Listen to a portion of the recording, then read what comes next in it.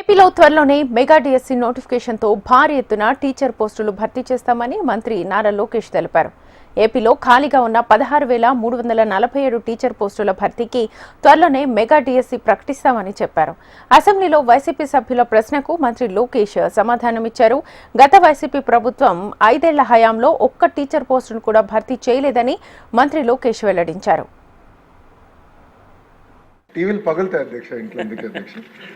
అధ్యక్ష మొత్తం 16,347 ఉపాధ్యాయుల పోస్టులు భర్తీ చేయడానికి మెగా డిఎస్సి ప్రకటన త్వరలో విడుదల చేయడం జరుగుతుంది. అధ్యక్ష ప్రధానంగా మనం చూస్తే ఇన్ఫ్రాస్ట్రక్చర్ పైన కూడా గడిచిన పేరెంట్ టీచర్ మీటింగ్లో స్టార్ రేటింగ్ అనేది ఏర్పాటు చేశారు. అధ్యక్ష ఒక పక్కన ఇన్ఫ్రాస్ట్రక్చర్ పైన ఇంకో పక్కన ఎడ్యుకేషన్ అవుట్కమ్స్ పైన రెండింటిపైన ఏర్పాటు చేసి ఈరోజు కూడా నేను రివ్యూ చేసినప్పుడు ఏ పాఠశాలలో అయితే 1 స్టార్ 2 స్టార్లోనే అంటే బేసిక్ ఇన్ఫ్రాస్ట్రక్చర్ ఎక్కడైతే లేదో ముందల అదంతా అప్గ్రేడ్ చేయాల లక్ష్యంతో మన ప్రభుత్వం పనిచేస్తుందని గౌరవ సభ్యులు నేను తెలియజేస్తున్నాను.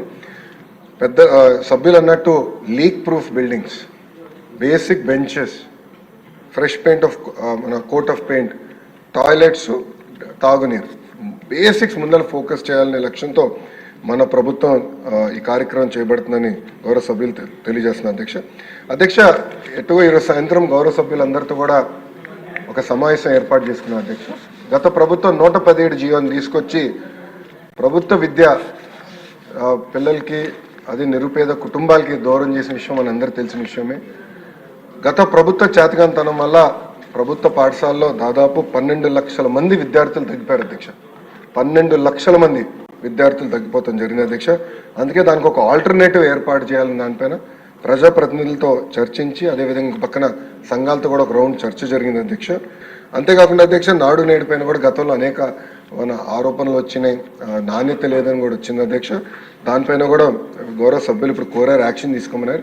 తప్పనిసరిగా నేను నివేదిక తెప్పించుకుంటాను. దాని తర్వాత గౌరవ సభ్యులతో చర్చించిన తర్వాత నిర్ణయం తీసుకుంటున్నాను. అధ్యక్ష